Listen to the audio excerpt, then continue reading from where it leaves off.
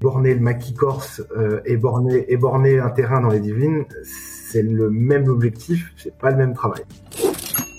C'est nous qui réalisons les bornages, mais on ne les impose pas. Le principe du bornage, c'est qu'il est contradictoire. Un bien qui, pour moi, n'est pas garanti. Et donc quand il y a une vente derrière, il y a des tractations derrière qui se font en disant ouais, mais c'est pas déclaré.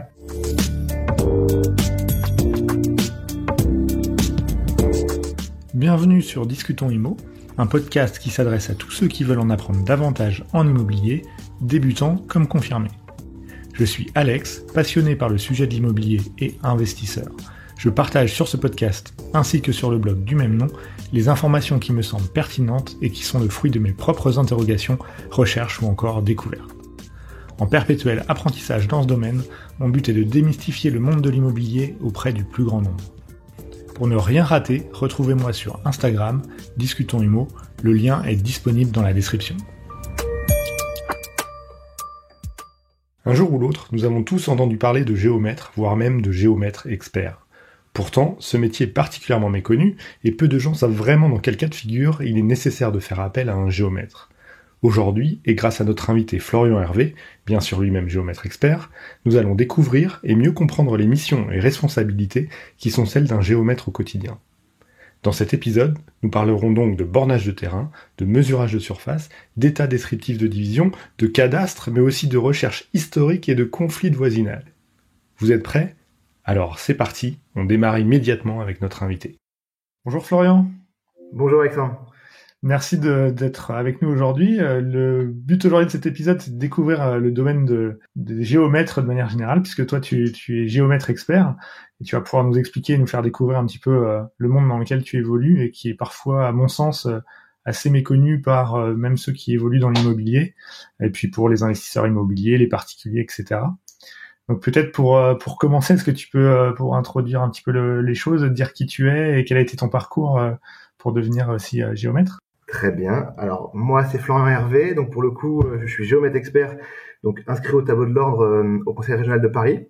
Je me suis installé il y a 7 ans avec un ami de promotion. On a créé GE3D. Géomètre expert. Alors, pour devenir géomètre expert, c'est un parcours à la fois simple et compliqué. Mais c'est quand même assez simple. Je dis compliqué parce qu'il n'y a pas tant d'écoles que ça qui le proposent. Il y a 3 écoles en France qui font des écoles d'ingénieurs. Enfin, moi, mon parcours à moi, c'est que j'ai fait une prépa à la base. Je sais pas ce que je voulais faire, je travaillais bien à l'école, mais je savais que je voulais faire des études parce que ça allait bien. J'ai fait une prépa au sein d'une école d'ingénieurs, puis j'ai découvert le métier de géomètre. J'ai vu qu'on pouvait être son propre patron. C'était ça qui me motivait, ne pas pouvoir diriger soi-même quelque chose. Et donc pour le coup, j'ai fait un premier stage et puis j'ai découvert le métier, ça m'a plu. J'ai tenté le concours de l'ESGT, l'École supérieure des géomètres topographes qui est basée au Mans. Il y a également l'ESTP à Paris que j'avais tenté. J'avais eu les 2 écoles et puis j'ai choisi le SGT et donc j'ai fait mon parcours d'ingénieur. À la suite de ce parcours d'ingénieur, c'est pas fini parce que si on veut devenir géomètre expert, il faut qu'on fasse ce qu'on appelle des stages au sein d'un cabinet de géomètre expert qu'on doit valider. On doit valider 24 mois. Chaque année, on rend des rapports certifiés par des géomètres experts inscrits qui nous permet nous à la fin de valider des mois, de faire des formations et donc de pouvoir prétendre à l'inscription au tableau de l'ordre en créant son cabinet, en reprenant des parts. Depuis maintenant, je crois 4 ans, on a ouvert également l'ordre a ouvert aussi la voie de géomètre expert salarié, donc on n'est plus obligé d'être associé d'un cabinet pour exercer la profession de géomètre expert. Pour moi, j'ai des parts dans une société, et donc au final, on l'a créé. Donc j'ai prêté serment auprès de l'ordre des géomètres experts pour pouvoir exercer cette profession. D'accord. Donc à la base attiré par le fait d'être autonome dans ce domaine, c'est ça. Et désormais passionné par le sujet de. Alors j'allais dire de la géométrie, c'est pas le terme, mais il y a.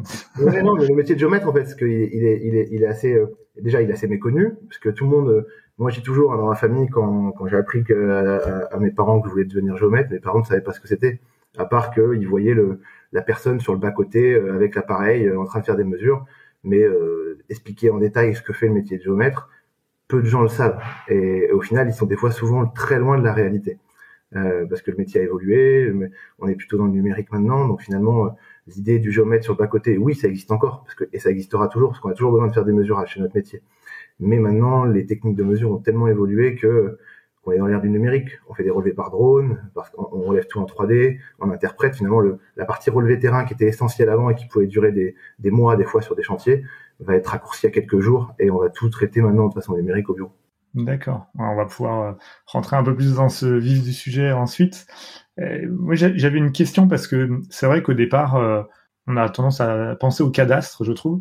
Alors, je sais que en préparant cette émission, tu m'as dit que c'était presque une insulte de parler du cadastre pour un géomètre, mais vu que c'est, je pense, ce à quoi on pense pour, on va dire, monsieur et madame tout le monde, peut-être que ça vaut la peine quand même d'en parler un petit peu.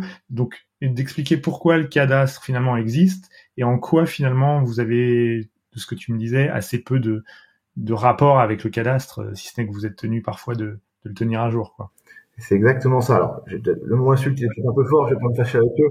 On s'entend très bien avec les inspecteurs du cadastre, mais chacun, on va dire, exerce son métier. C'est-à-dire que le cadastre, ce que je dirais, et ce qu'il faut dire à tout le monde autour de soi, le cadastre n'a aucune valeur de délimitation. Combien de fois j'ai des gens qui m'appellent, qui me disent, bah voilà, je voudrais délimiter le terrain, mon terrain, j'ai vu, de toute façon, sur le cadastre, j'ai vu que le mur, il m'appartenait.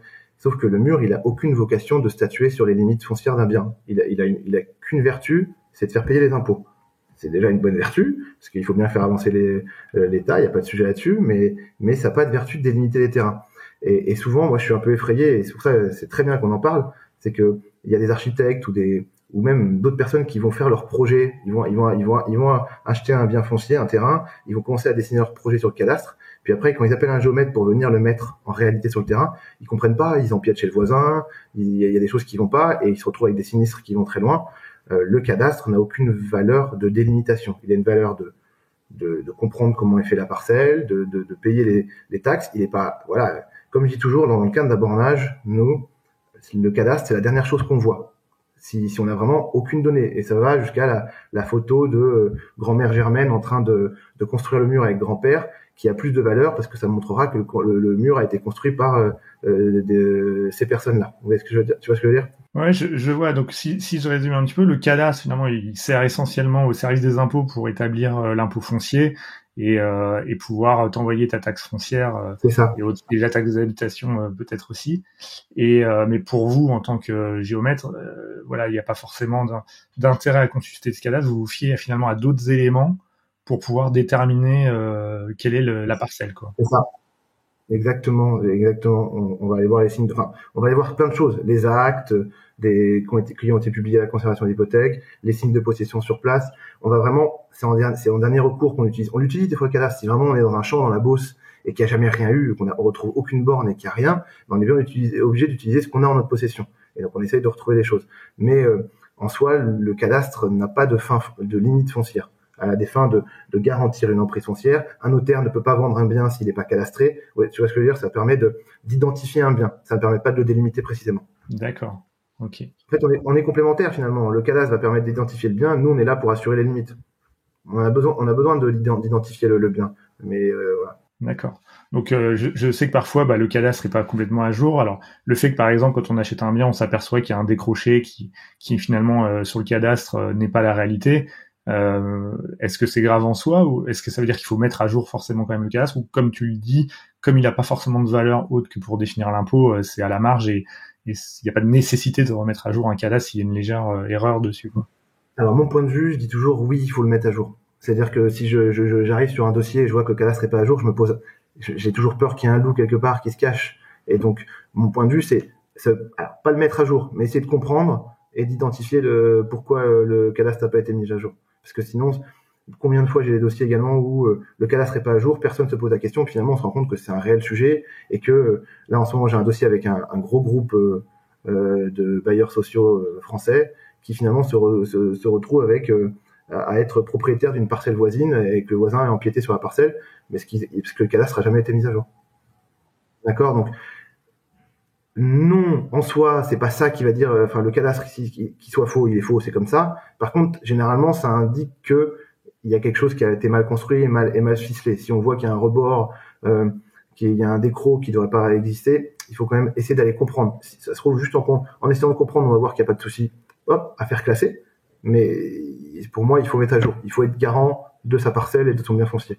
D'accord? La petite nuance que je veux dire, c'est que le cadastre, les gens, ce que je recommande pas aux gens d'aller mesurer, tu sais, sur l'outil cadastre.gouv et d'aller mesurer la longueur de leur parcelle et dire, ah si, j'ai mesuré sur le site en ligne, il y a 23,50 m. Non, ça, non. C'est trop approximatif. C'est trop approximatif. On peut pas se permettre de faire des mesurages là-dessus. D'accord. Et donc, ce qui veut dire que finalement, tu dis c'est bien de surveiller sa parcelle, entre guillemets, et de mettre à jour s'il y a besoin de le faire. Et donc, pour pouvoir le faire, finalement, quelles sont les options? C'est si on se rend compte qu'il y a une erreur, faut faire appel à justement un géomètre. Un géomètre expert, inscrit au tableau de l'ordre, parce que c'est seul le géomètre expert est habilité à délimiter. Et donc, ça veut dire que vous appelez un géomètre expert, vous faites faire un devis, vous avancez avec lui pour essayer de régulariser. D'accord. Des fois, c'est rien. Des fois, il y a même pas besoin d'avoir une grosse procédure. Des fois, on se rend compte juste que c'est la publication qui a jamais été faite. Et donc, il y a juste besoin de faire ce qu'on appelle un document modificatif du parcellaire cadastral. C'est un gros mot, mais en fait, c'est un papier qui permet d'assurer de bien diviser votre parcelle et d'assurer votre emprise foncière.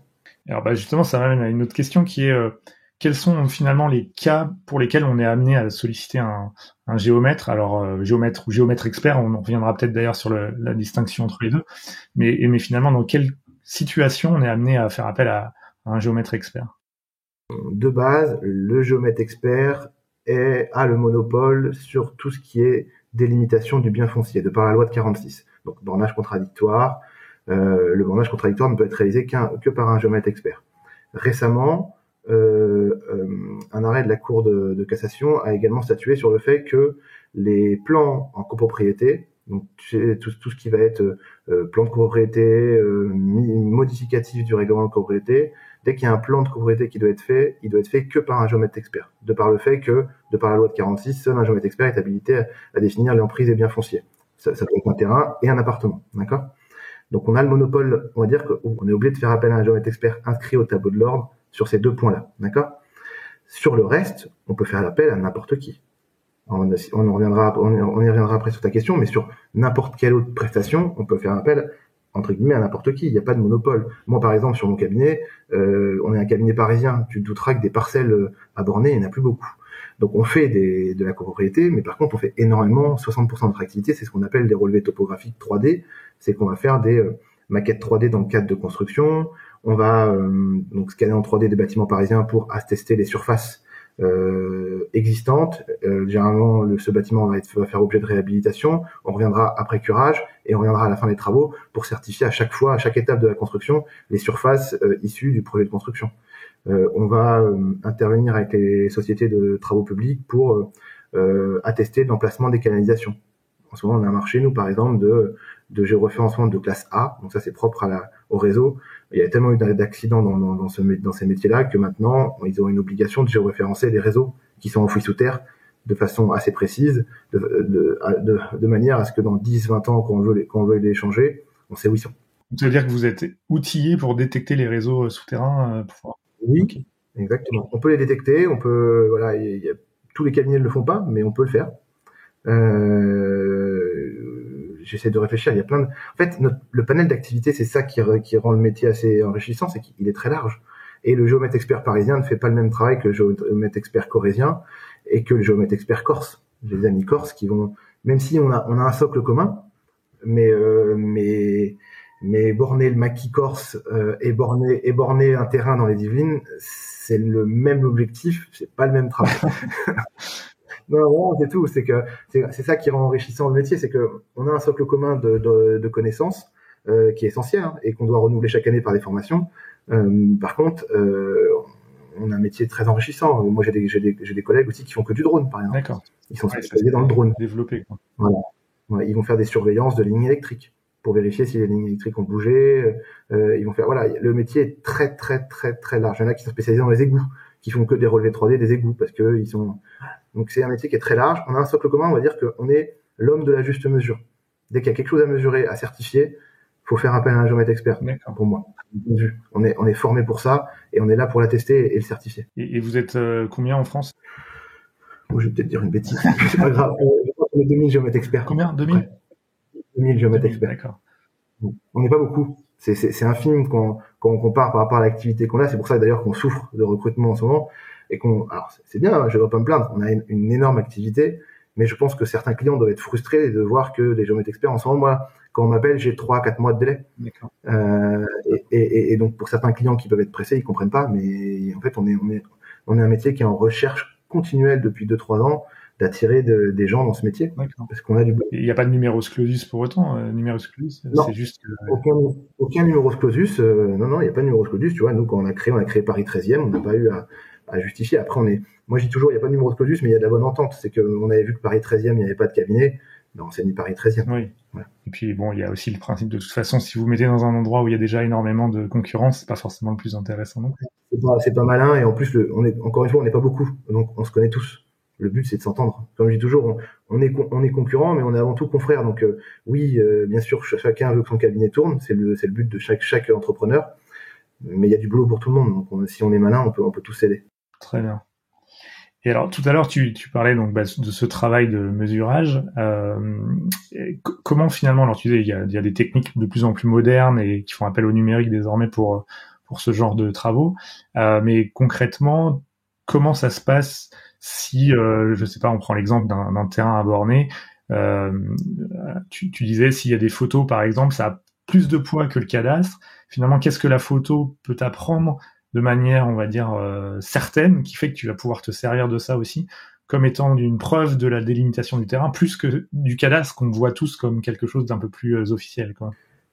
Par exemple, moi je parle toujours de l'outil de l'hygiène, parce que on est aussi étroitement lié à l'hygiène, parce qu'on l'utilise, même si c'est pas, on n'est pas dans la cartographie. Mais moi, j'utilise beaucoup un outil de l'hygiène, c'est remonter dans le temps, que peut-être que tu connais ou tu connais pas, mais qui est un outil essentiel, parce que je vais te prendre le cas d'un dossier Orléans personnel. J'arrive sur un dossier personnel à Orléans et je me rends compte que il y a une maison côté rue et derrière il y a la parcelle est en L, mais c'est bizarre, le cadastre n'est pas à jour. On voit pas les constructions en arrière-plan, la parcelle est mal faite. Et puis finalement on remonte dans les permis de construire, on voit qu'il y a pas eu de permis de construire enregistré, mais quand on visite le bien, on voit bien qu'il y a une extension qui a été faite derrière. Avec un rachat sur l'autre de parcelle, il y a quelque chose qui a été fait. Moi, j'ai dû délimiter et comprendre ce qui s'était passé, et en fait, j'ai utilisé l'outil remonter dans le temps pour me rendre compte que finalement, c'est pas le propriétaire juste avant qui avait fait ça, ni le propriétaire encore d'avant, mais c'est le troisième avant qui lui avait fait des constructions illégales, sans rien dire. Et on le voit parce qu'en fait, dans remonter dans le temps avec les cartographies faites par avion de l'hygiène, on voit en fait à quelle date à aller à un an près. On voit que hop, il n'y a pas d'extension, et l'année d'après, boum, il y a une extension qui arrive. Et donc ça a fait plus preuve d'histoire de la construction. Et en fait, vu que, là c'est un bon exemple, la personne a fait ça illégalement, le cadastre n'a pas été mis à jour, donc c'est pas de la faute du cadastre, le cadastre n'a jamais été mis à jour. Et vu qu'on est en plein cœur centre-ville d'Orléans, c'est derrière, côté court, personne ne le voit. Et donc au final, on arrive sur un bien qui, pour moi, n'est pas garanti. Et donc quand il y a une vente derrière, il y a des tractations derrière qui se font en disant mais c'est pas déclaré. Bon là il se trouve que ça faisait plus de 30 ans donc il n'y a pas de sujet, mais voilà, les photos anciennes nous permettent toujours de valider si quelqu'un a acquis illégalement une parcelle sans rien dire et se l'est annexé, nous permettent vraiment suivre l'historique. On voit les clôtures bouger. Moi je trouve ça même très intéressant. On comprend l'histoire de la parcelle en faisant des photos. En faisant un cadastre, on comprend aussi, mais c'est pas pareil. Et l'historique que tu trouves avec des photos aériennes comme ça sur l'hygiène, c'est non seulement quelque chose qui est public ou c'est limité à un accès spécialisé. Non, c'est public. Là, je fais exprès de donner l'exemple de public en disant que moi, je préférerais un client qui vient me voir en disant, tiens, sur la photo aérienne, j'ai bien vu qu'il y avait ça, parce que ça fait preuve de vraie preuve, plutôt que de venir me voir en me disant, sur le cadastre, il y a un petit point, le mur, il est à moi. Voilà. La photo aérienne permet de savoir comment c'était fait à l'époque. Donc ça c'est pratique. Après effectivement des fois ça m'est déjà arrivé qu'il y ait des gens qui me sortent des photos privées parce que par exemple on est en train d'étudier l'appartenance. Il y a un mur qui s'écroule dans Paris. Voilà, exemple simple, j'aime bien les exemples pour illustrer. Il y a un mur qui s'effondre dans Paris, j'ai une copropriété qui m'appelle qui me dit oui mais le problème qui c'est qui paye, il a acquis ce mur. Mm-hmm. Et donc il y a quelqu'un qui a ressorti une photo en montrant que c'était le voisin il y a 12 ans qui était en train de construire le mur, il y avait des échafaudages chez le voisin. Ils ont retrouvé toutes les preuves avec des photos qui montraient que c'était le voisin qui avait construit ce mur-là et que eux ils sont jamais venus appuyer dessus, ils ont jamais réclamé la mitoyenneté, donc le mur il appartient bien. On n'a jamais trouvé d'acte prouvant le contraire.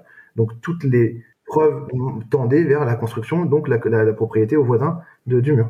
Et donc là on parle d'un mur qui était à la bonne position, mais alors Tu prenais l'exemple tout à l'heure aussi d'un cas où le mur peut être situé à un endroit d'une parcelle, finalement sans délimiter réellement la limite de cette parcelle. Comment toi ou comment un géomètre expert peut faire pour finalement se dire bah non, le mur c'est pas ce qui détermine cette limite entre les deux parcelles? C'est un très bon sujet ce que tu dis, parce que finalement, souvent les gens pensent il y a un mur ici, donc la limite elle est là.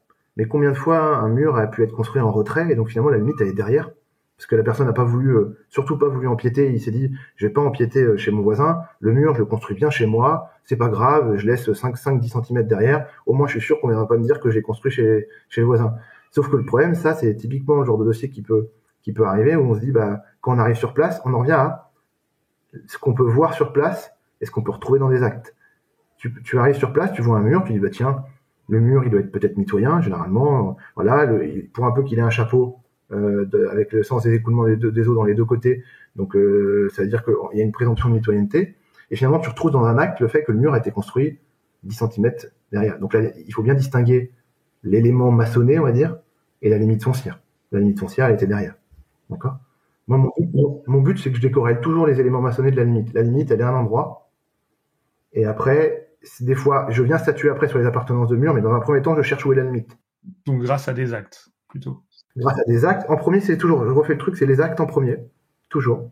Ce qui va être publié, parce qu'on appelle ça, c'est opposable au tiers. Donc, ce qui est publié à la conservation des bibliothèques, ça peut être, j'exagère toujours, mais ça peut être un petit croquis fait, on est voisins tous les deux, on fait un petit croquis sur un coin de nappe, propre, en disant bah là voilà, on s'est entendu, finalement je t'ai cédé l'appartenance du mur, le mur il était privatif, maintenant il devient mitoyen, c'est entre nous, tu m'as payé un resto, j'exagère un peu, hein, ouais. et surtout ce bout de papier, tu vas voir le notaire et le notaire en fait une publication propre, ça a force de, ça a preuve de, c'est opposable au tiers.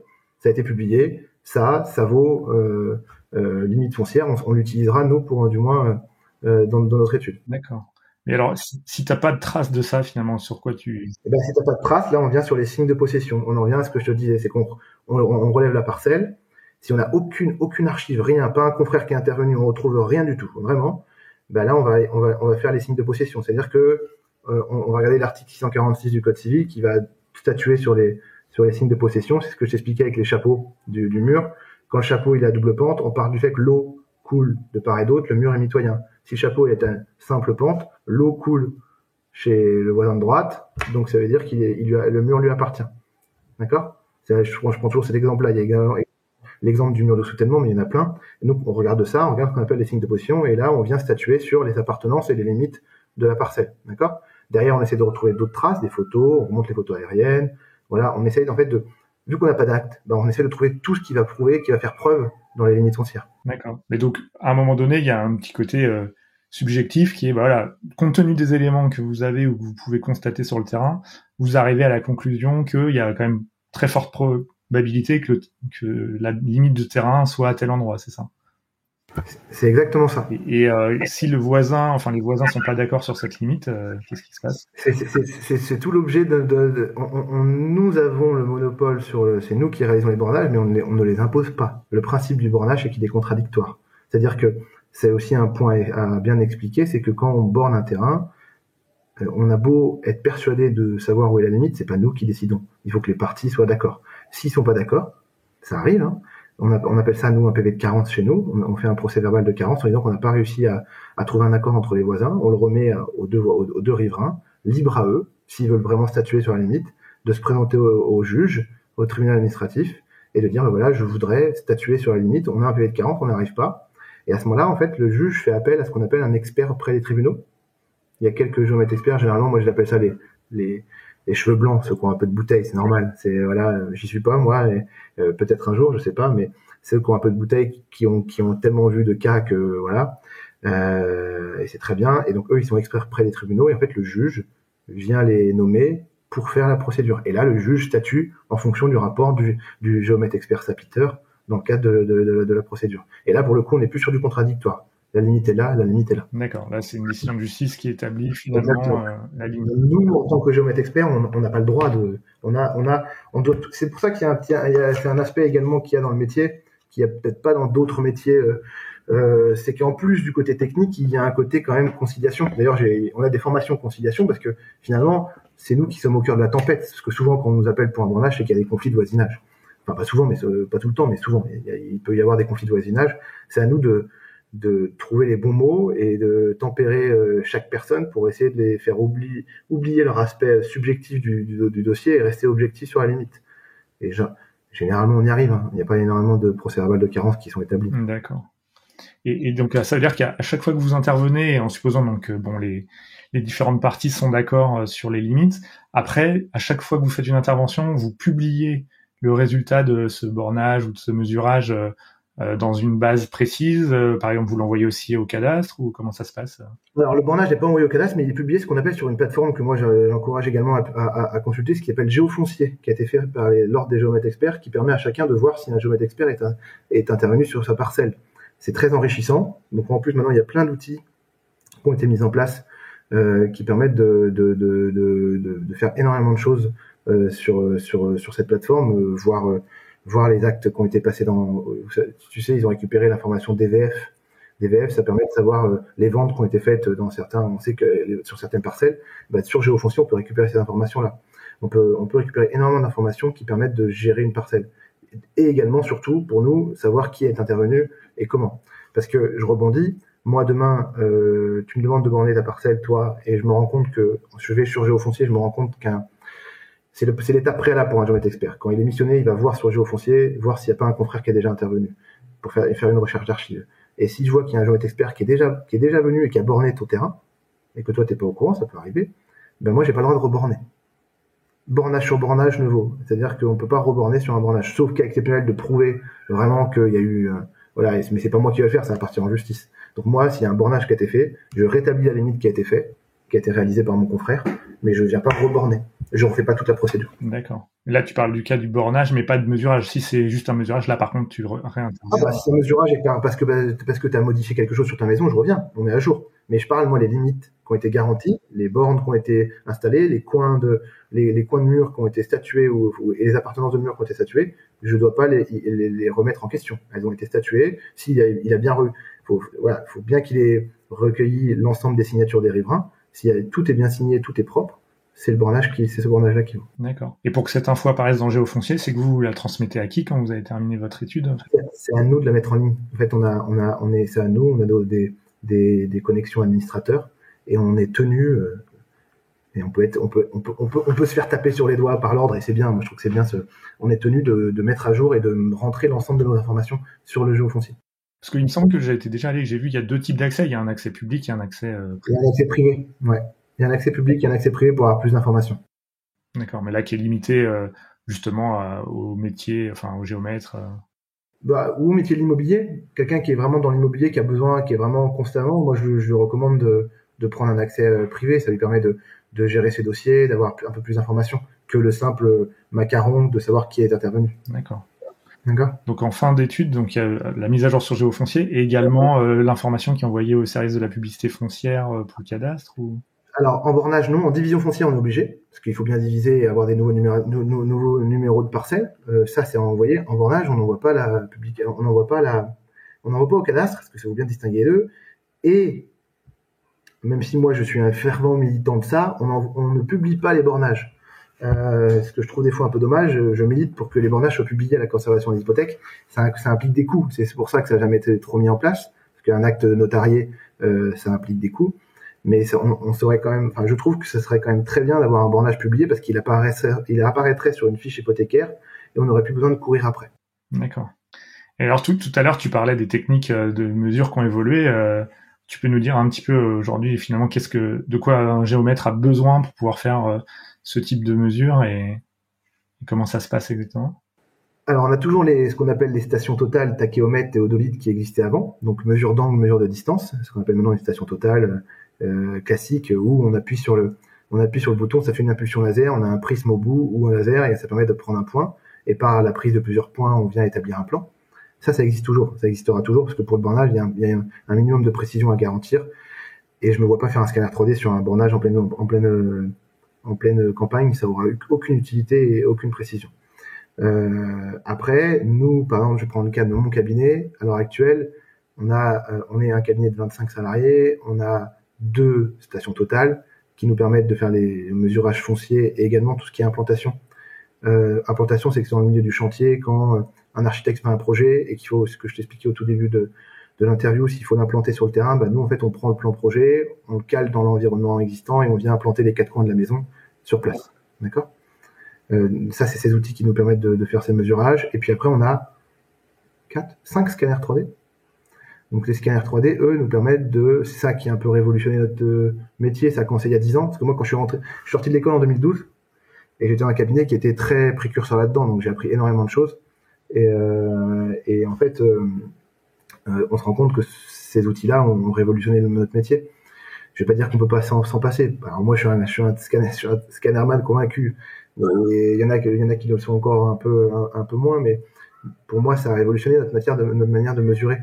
On vient maintenant mesurer des grandes étendues de surface en peu de temps, avec des méthodes précises. Donc on reste géomètre, à nous de garantir la précision de nos mesurages, mais ce qui fait qu'on vient déplacer, il y a un principe de numérisation qui est plus précis, de mon point de vue, parce que quand on mesure une église et qu'on vient scanner une rosace, le scanner 3D il est précis à, on va dire, plus ou moins 5 mm, sauf qu'on a la vraie courbure de la rosace. On a des choses architecturalement qu'on produit fidèlement, d'accord.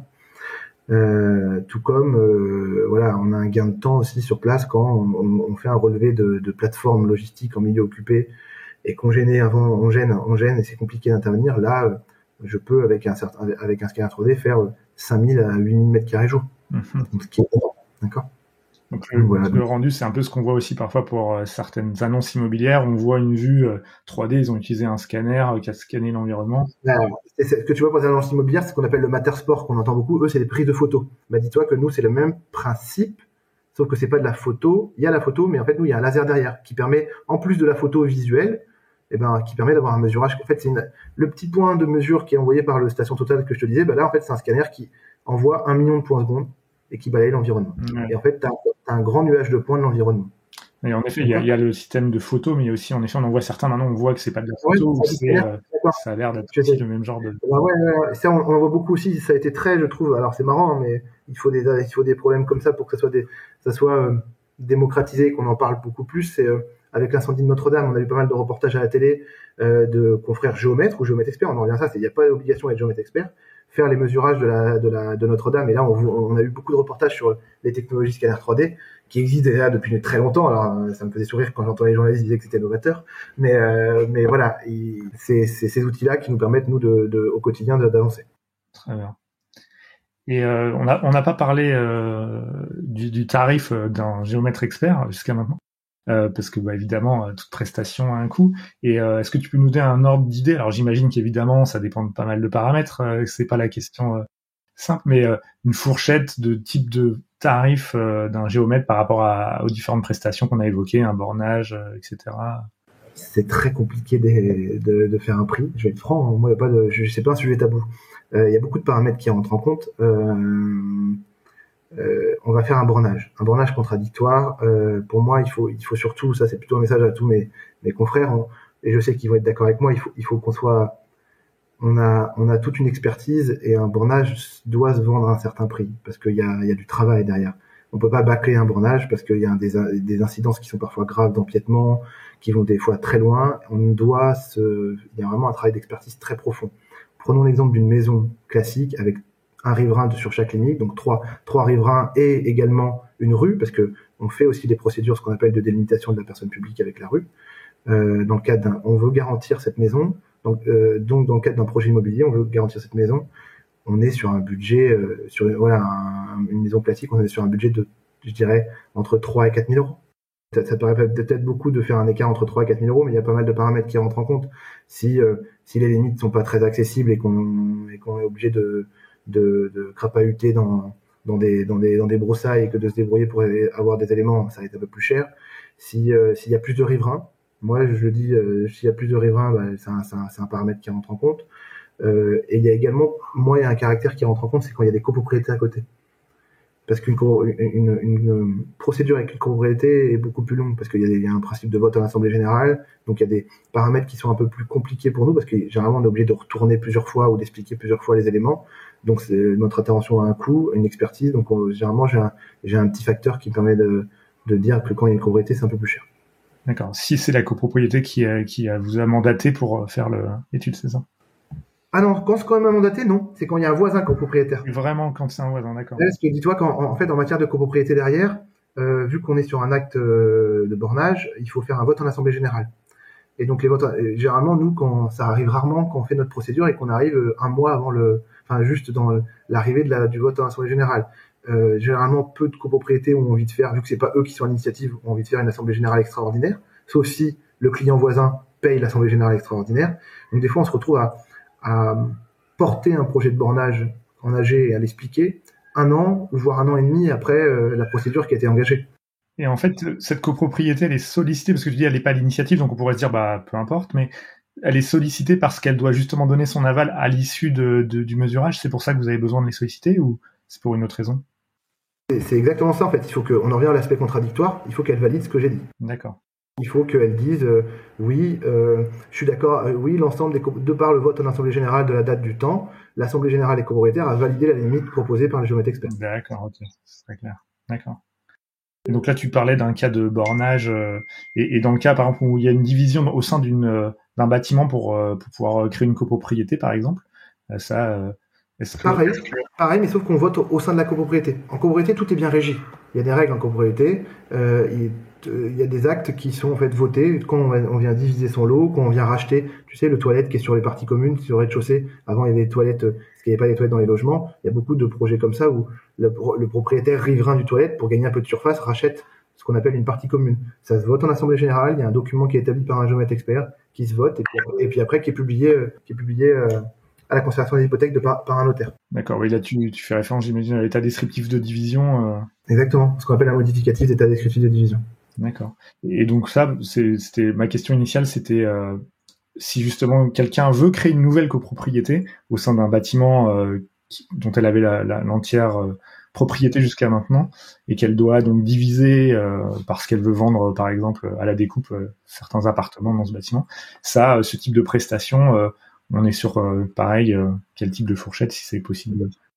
Tout dépend du mètre carré et du nombre de lots voulu à la fin, mais partons sur un immeuble de 300 mètres carrés et il y a 2 apparts par niveau de 50 mètres carrés. Et j'exagère parce qu'il y aura toujours des parties communes, mais on n'est pas loin de ça. On est à, je sais pas moi, ça fait 300 mètres carrés. C'est pas bien de donner des prix comme ça, mais bon. Je vais donner des fourchettes hautes pour pas me faire.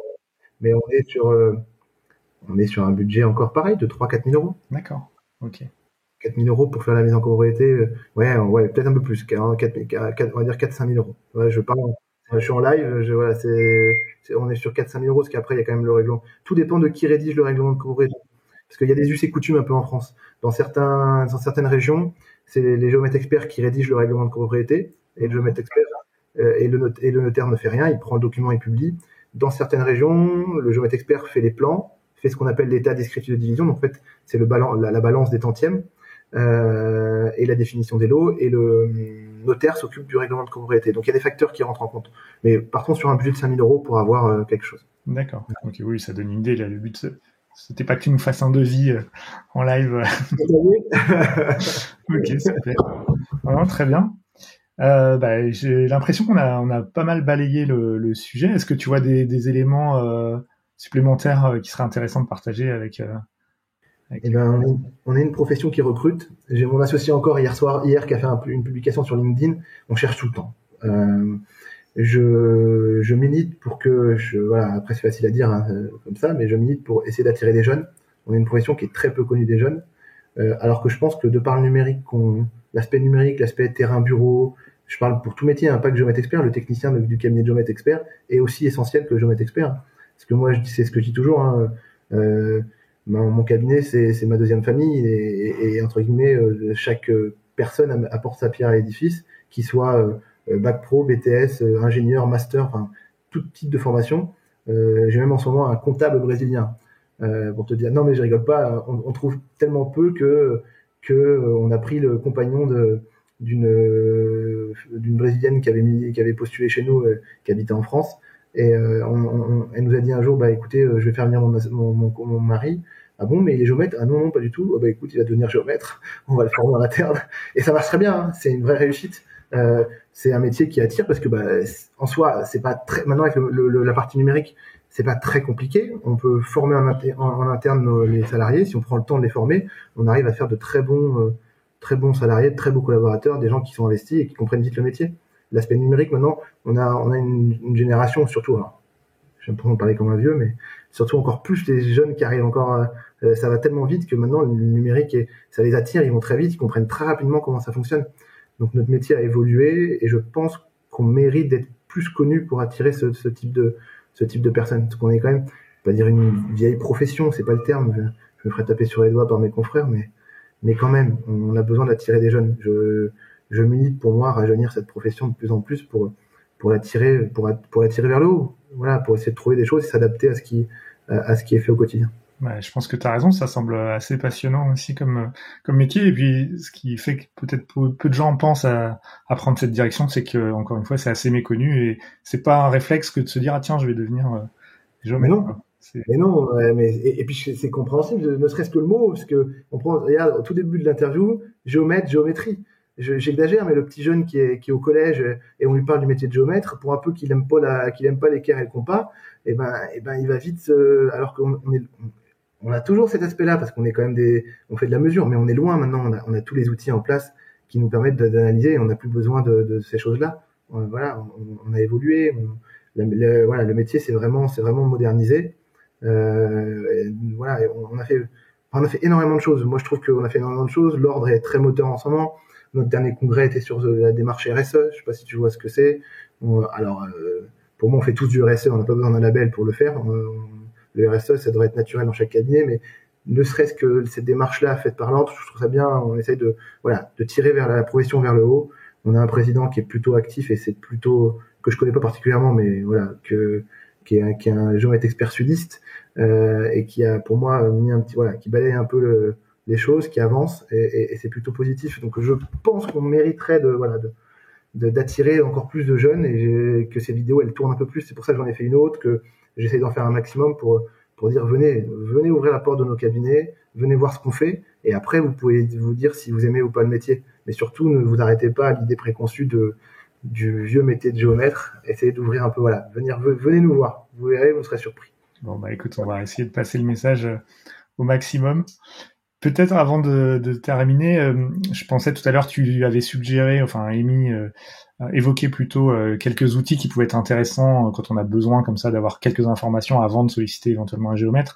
Tu parlais donc du site de l'IGN où on peut voir les photos aériennes, également de géofoncier, on peut voir si un géomètre est déjà intervenu pour un bornage ou pour des mesures. Est-ce que tu vois d'autres outils qui seraient intéressants d'évoquer là rapidement pour quelqu'un qui voudrait se renseigner, soit pour un futur achat, soit par rapport à sa parcelle dont il est déjà propriétaire? Non, pas spécialement. Tu vois, le cadastre, faut quand même le consulter, mais pas le prendre pour preuve de foi, de limite. L'IGN pour essayer de voir s'il y a un doute sur quelque chose. Le site de géofoncier, c'est essentiel pour moi pour maintenant voir s'il y a quelqu'un qui est déjà intervenu et comprendre que ça sert à rien de refaire une procédure parce que la procédure a déjà été faite. Il faut juste contacter la personne. Après, non. Après, appelez-nous. Moi, je dis toujours, tu sais, souvent, il y a des gens qui appellent, qui me disent, ah, mais non, mais je veux pas vous travailler, je sais pas encore si je vais faire un devis. Je vais, vous inquiétez pas, le conseil, il est gratuit. Hein. C'est bon, on est un peu chargé, mais on trouve toujours du temps pour donner un conseil et essayer de trouver, d'orienter le client vers le bon chemin à prendre. Mais appelez-nous. Vous tapez géomètre expert sur Internet, Paris ou là où vous êtes, et vous prenez le premier, le deuxième, vous essayez d'appeler des gens je pense que n'importe quel confrère serait ravi d'avoir des gens qui appellent et de leur expliquer leur métier et expliquer comment on voit la chose. Très bien. Bon, écoute, c'est parfait. Et alors, quelqu'un qui justement voudrait prendre contact spécifiquement avec toi, comment est-ce qu'il peut te joindre pour se poser des questions ou te demander? Je donne mon mail, c'est ça. Et mon mail, sinon il y a le fixe de la société, c'est GE3D, donc on est basé, nous, quartier La Butte aux Cailles à Paris, 13. Mais je vais donner mon mail au cas où, c'est f comme Florian.hervé sans l'accent @ge3d.fr. 3 c'est le chiffre. Mais au cas où qu'ils n'hésitent pas, sur les réseaux sociaux on me retrouve assez rapidement sur LinkedIn, et puis qu'ils n'hésitent pas à me contacter. Moi je réponds tout le temps. Je peux prendre un peu de temps, mais je réponds tout le temps. J'en fais une devise. Donc voilà. Bon, bah écoute, merci beaucoup. Je mettrai de toute façon tes coordonnées à ce moment-là dans la description de l'épisode, comme ça les gens pourront te retrouver plus facilement. Génial. Et qui n'hésite pas à aller voir notre site internet aussi, ça présente bien le métier. Des fois, les gens qui n'ont pas spécialement le temps ou l'envie d'appeler, allez voir notre site internet. Je trouve qu'il est, voilà, il y en a d'autres, hein, mais allez voir les sites internet de confrères, ça permet de voir le métier et de comprendre ce qu'on fait. Bah, écoute, encore un grand merci Florian pour le temps que tu nous as consacré aujourd'hui. Ça a permis de défricher le sujet. Et bah écoute, j'espère peut-être à bientôt pour un prochain épisode sur un thème peut-être encore plus précis. Pourquoi pas, exactement. Ravi de l'invitation encore. Merci beaucoup. Je t'en prie. À très bientôt. Au revoir. Bientôt. Au revoir. Et voilà, cet épisode s'achève. N'hésite pas à laisser un commentaire ou me faire part de tes questions sur ce qui s'est dit dans cet épisode. Si tu as apprécié le contenu proposé dans ce podcast, je t'invite également à me laisser un avis sur ta plateforme d'écoute, Apple Podcast ou Spotify. Non seulement cela me motivera à poursuivre la production de nouveaux contenus, mais cela aide également énormément à faire connaître ce podcast. Alors si tu penses que ce podcast le mérite, à ton clavier, et je te dis à très bientôt pour le prochain épisode de Discutons Immo.